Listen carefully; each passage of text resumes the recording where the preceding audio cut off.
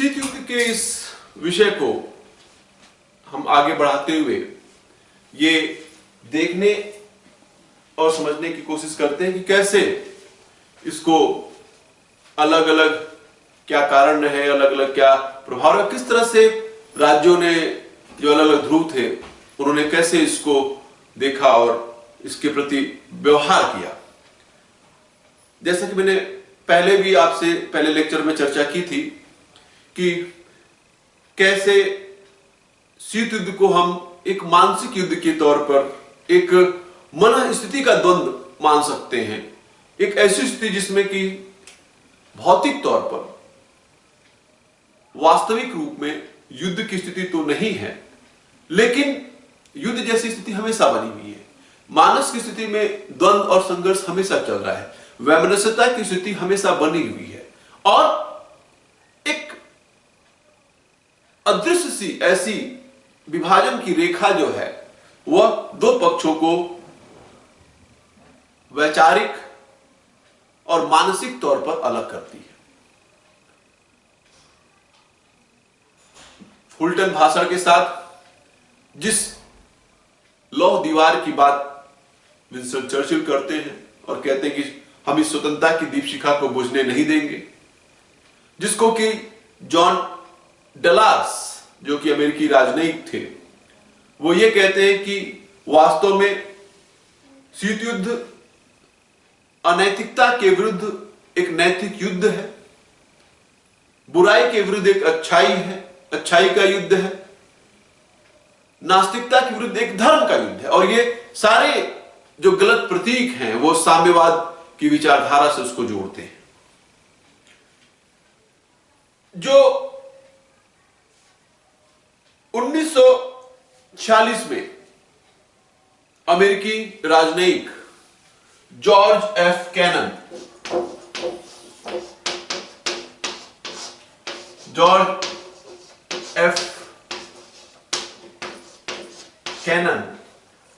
Containment का सिद्धांत प्रस्तुत करते हैं। एक जो रोकने का सिद्धांत, किसी चीज को और किस चीज को रोकना है, किस चीज को कंटेन करना है, तो कंटेन करना है उस साम्यवाद के विचारधारा को, इसका सिद्धांत प्रस्तुत करते हैं। और अमेरिकी राष्ट्रपति ट्रूमैन यह घोषणा करते हैं कि अमेरिका दुनिया भर में साम्यवाद के प्रसार को रोकने का संकल्प ले चुका है। इसी कंटेनमेंट के जो जॉर्ज एफ कैनन का जो सिद्धांत है, उस प्रसार को रोकने का जो सिद्धांत है, उसको ट्रूमैन कहते हैं कि अमेरिका इस साम्यवाद के प्रसार को दुनिया भर में फैलने से रोकने का संकल्प ले चुका है। यानी एक तरह से वो घोषणा कर देता है कि साम्यवाद के विरुद्ध, जो ट्रूमैन की ये घोषणा है वो साम्यवाद के विरुद्ध एक तरह से अमेरिकी घोषणा है कि हम पाश्चात्य जगत का या उदारवाद के चिंतन का नेतृत्व कर रहे हैं।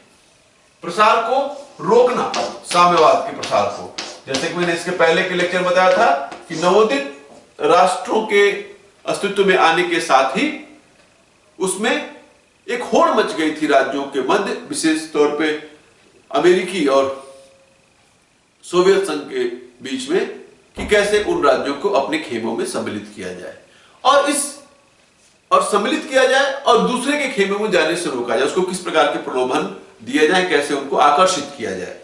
और इसी क्रम में जो अमेरिकी विदेश सचिव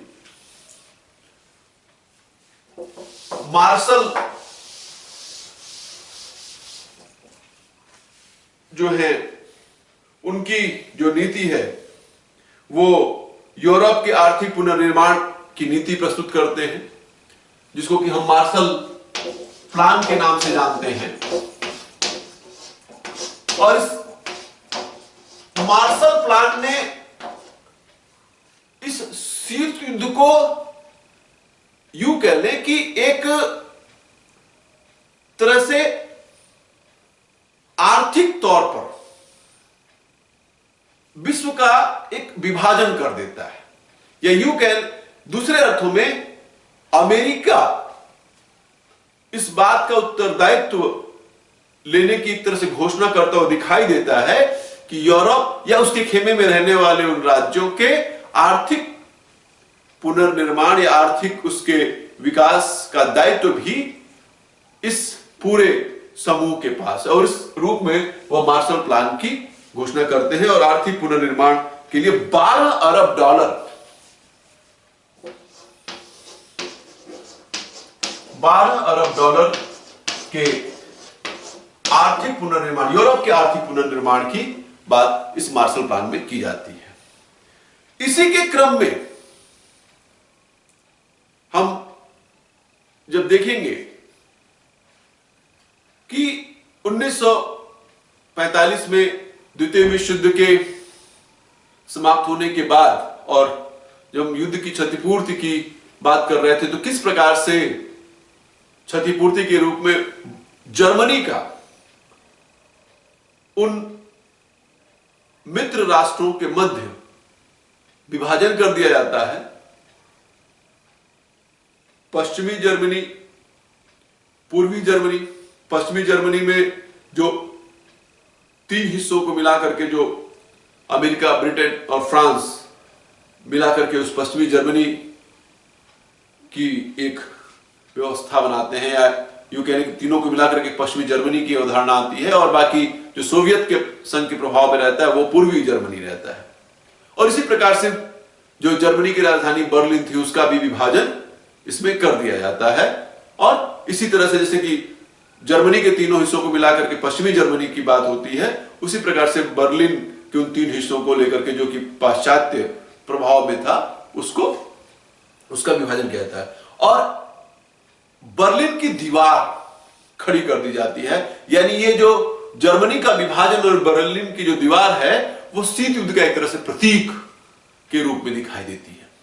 इसके साथ ही साथ इसी मार्शल योजना के क्रम में उसको आगे बढ़ाते हुए जर्मनी के आर्थिक पुनरुत्थान, विशेषतौर पर पश्चिमी जर्मनी के आर्थिक पुनरुत्थान की बात होती है, और उसमें तमाम आर्थिक सुधारों की बात ये पाश्चात्य जगत करता है। इन सारी बातों से पूर्व सोवियत संघ, जो सोवियत संघ था, वो एक तरह से अपने आप को उपेक्षित महसूस करता है, और इस आर्थिक पुनर्निर्माण की पूरी योजना में कहीं भी सोवियत संघ की अपनी भूमिका उसको दिखाई नहीं देती है। और इसके कारण से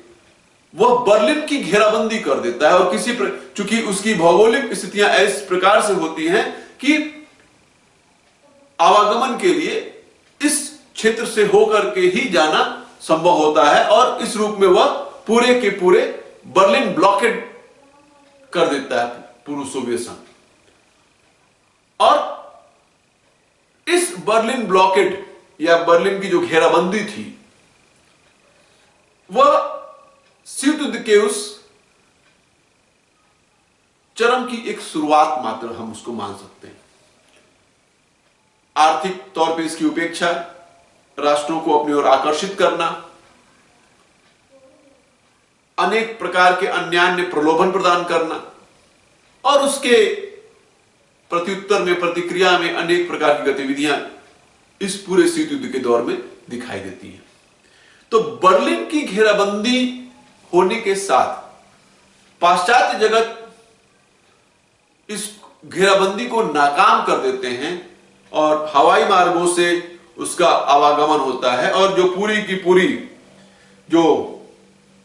बर्लिन की घेराबंदी एक तरह से इस पाश्चात्य जगत के द्वारा निष्फल कर दी जाती है। और कहीं ना कहीं सोवियत संघ एक तरह से अपने आप को कमजोर सा, या यूं कह लें कि अपने आप को उस बर्लिन की घेराबंदी के बाद अपने आप को थोड़ा सा कमजोर देखता है। फिर 1949 में एक और जो महत्वपूर्ण घटना होती है, अभी तक यहां पर आर्थिक योजना की बात अभी तक अमेरिका में हो रही थी, या इस शीत युद्ध के दौरान हो रही थी। 1949 में नाटो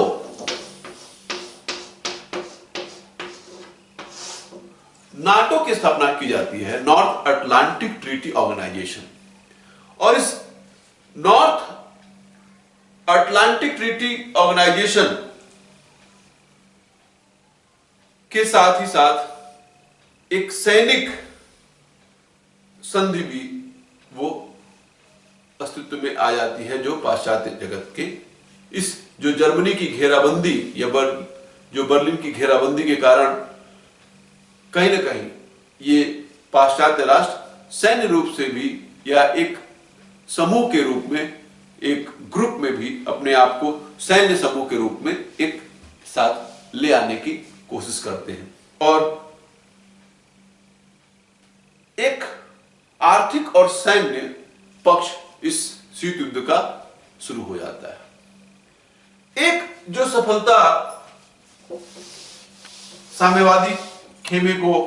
मिलती है या दिखाई देती है, वो होती है 1949 में चीन में साम्यवादी सरकार की स्थापना।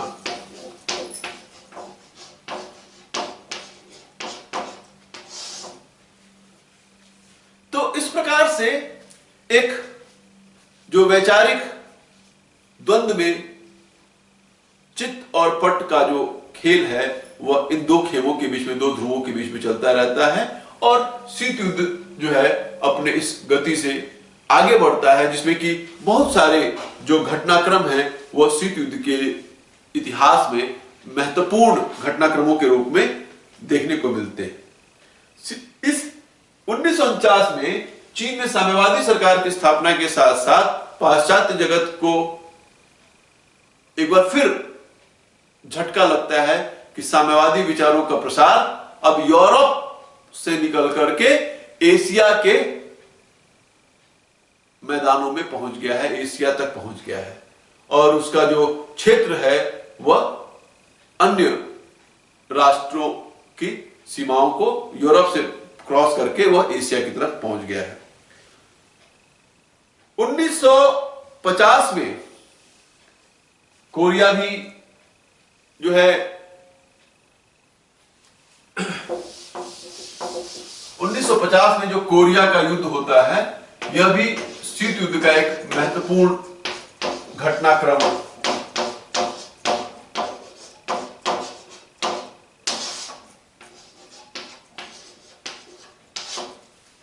दिखाई देता है। और इस युद्ध की स्थिति में कई बार ऐसा लगता है कि शायद विश्व एक तृतीय विश्व युद्ध की तरफ आगे बढ़ता हुआ दिखाई दे रहा है, जिसमें कि 1950 में जो साम्यवादी